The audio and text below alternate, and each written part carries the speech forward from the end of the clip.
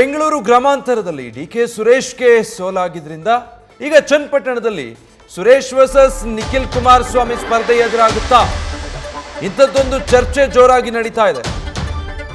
ಮುಂದಿನ ರಾಜಕೀಯ ಲೆಕ್ಕಾಚಾರಗಳ ಬಗ್ಗೆ ಈಗಾಗಲೇ ಚರ್ಚೆ ಆರಂಭ ಆಗೋಗಿದೆ. ಒಂದ್ ವೇಳೆ ಹಾಗೇನಾದ್ರೂ ಆದ್ರೆ ಡಿಕೆ ಸುರೇಶ್ ವರ್ಸಸ್ ನಿಖಿಲ್ ಕುಮಾರಸ್ವಾಮಿ ಅಂತಾದ್ರೆ ಮತ್ತೆ ಡಿಕೆ ಬ್ರದರ್ಸ್ ವರ್ಸಸ್ ದೇವೇಗೌಡರ ಕುಟುಂಬದ ಜಟಾಪಟಿ ಮುಂದುವರಿತಾ ಹೋಗುತ್ತೆ.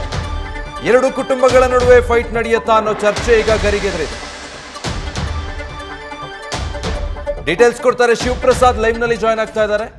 ಶಿವಪ್ರಸಾದ್, ಈಗ ಬೆಂಗಳೂರು ಗ್ರಾಮಾಂತರ ಅನಿರೀಕ್ಷಿತ ಅನ್ನೋ ಹಾಗೆ ಡಿಕೆ ಸುರೇಶ್ ಸೋಲನುಭವಿಸಿದ್ರು.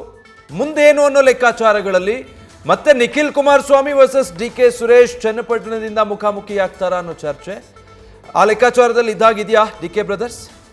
ಖಂಡಿತವಾಗಿಯೂ ವಿಜಯ್, ಈಗಾಗಲೇ ಮಂಡ್ಯ ಲೋಕಸಭಾ ಕ್ಷೇತ್ರದ ಸದಸ್ಯರಾಗಿ ಆಯ್ಕೆಯಾಗಿರ್ತಕ್ಕಂಥ ಮಾಜಿ ಸಿಎಂ ಕುಮಾರಸ್ವಾಮಿ ಅವರು ತಮ್ಮ ಶಾಸಕ ಸ್ಥಾನಕ್ಕೆ ಅಂದರೆ ಚನ್ನಪಟ್ಟಣವನ್ನು ಏನು ಪ್ರತಿನಿಧಿಸ್ತಾ ಇದ್ದಾರೆ ಆ ಸ್ಥಾನಕ್ಕೆ ರಾಜೀನಾಮೆಯನ್ನು ನೀಡ್ತಾರೆ. ಆ ರಾಜೀನಾಮೆಯಿಂದ ತೆರವಾಗ್ತಕ್ಕಂಥ ಸ್ಥಾನಕ್ಕೆ ಉಪಚುನಾವಣೆ ಕೂಡ ಎದುರಾಗಲಿದೆ. ಈಗಾಗಲೇ ನಿಖಿಲ್ ಕುಮಾರಸ್ವಾಮಿ ಅವರನ್ನು ಅಭ್ಯರ್ಥಿ ಮಾಡಬೇಕು ಎಂಬತಕ್ಕಂಥ ಲೆಕ್ಕಾಚಾರದಲ್ಲಿ JDS ಪಾಳೆ, ಅದರಲ್ಲೂ ಕುಮಾರಸ್ವಾಮಿ ಅವರು ಚಿಂತನೆಯನ್ನು ನಡೆಸಿದ್ದಾರೆ. ಇದೇ ಸಂದರ್ಭದಲ್ಲಿ ಈಗಾಗಲೇ ಬೆಂಗಳೂರು ಗ್ರಾಮಾಂತರ ಲೋಕಸಭಾ ಕ್ಷೇತ್ರದಿಂದ ಪರಾಜಿತರಾಗಿರ್ತಕ್ಕಂಥ ಮಾಜಿ ಸಂಸದ ಡಿಕೆ ಸುರೇಶ್ ಅವ್ರಿಗೂ ಕೂಡ ಈಗ ರಾಜಕೀಯವಾಗಿ ಏನಾದರೂ ಸ್ಥಾನಮಾನಗಳನ್ನು ನೀಡಬೇಕಾಗುತ್ತೆ. ಹಾಗಾಗಿ ಚನ್ನಪಟ್ಟಣ ವಿಧಾನಸಭಾ ಕ್ಷೇತ್ರದ ಉಪಚುನಾವಣೆಯ ಅಭ್ಯರ್ಥಿ ಆಗ್ತಾರೆ ಅಂತಕ್ಕಂಥ ಚರ್ಚೆಗಳು ಕೂಡ ಶುರುವಾಗಿದ್ದಾವೆ.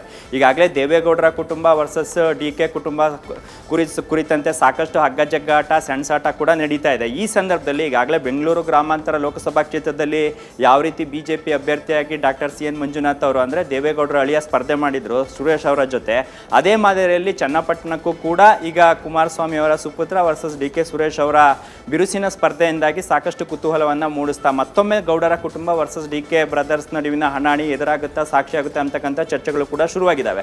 ಸದ್ಯ ಈಗ ಈ ವಿಚಾರ ಕುರಿತಂತೆ ಕುಮಾರಸ್ವಾಮಿ ಅವರು ನಿಖಿಲ್ ಕುಮಾರಸ್ವಾಮಿ ಅವರನ್ನ ಅಭ್ಯರ್ಥಿ ಮಾಡಬೇಕು ಅಂತಕ್ಕಂಥ ಲೆಕ್ಕಾಚಾರದಲ್ಲಿದ್ದರೂ ಸಹಿತವಾಗಿ ಈ ಸಂದರ್ಭದಲ್ಲಿ ದೆಹಲಿಯ BJP ನಾಯಕರ ಅನುಮತಿಯನ್ನು ಕೂಡ ಪಡಿಬೇಕಾಗುತ್ತೆ.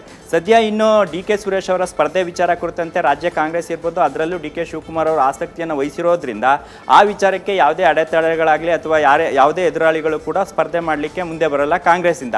ಹಾಗಾಗಿ ಮತ್ತೊಮ್ಮೆ ಏನಾದರೂ ಈಗ ಉಪಚುನಾವಣೆ ನಡೆಯೋದು ಶತಸಿದ್ಧ, ಕುಮಾರಸ್ವಾಮಿ ಅವರು ಚನ್ನಪಟ್ಟಣಕ್ಕೆ ರಾಜೀನಾಮೆ ನೀಡೋದು ಕೂಡ ಈಗ ನಿಶ್ಚಯ ಆಗಿರೋದ್ರಿಂದ ಈ ಉಪಚುನಾವಣೆಗೆ ಮತ್ತೊಮ್ಮೆ ದೇವೇಗೌಡರ ಕುಟುಂಬ ವರ್ಸಸ್ DK ಕುಟುಂಬ ಸದಸ್ಯರು ಸ್ಪರ್ಧಾ ಕಣದಲ್ಲಿ ಇರೋದ್ರಿಂದ ಸಾಕಷ್ಟು ಕುತೂಹಲಕ್ಕೆ ಸಾಕ್ಷಿಯಾಗುತ್ತೆ.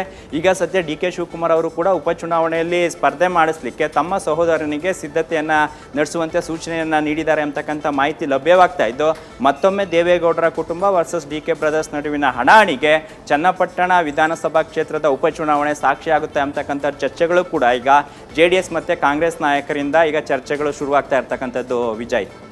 Thank you Shivaprasad. News first ನಿರ್ಭೀತಿಯಿಂದ ನಿಮ್ಮ ಪರವಾಗಿ.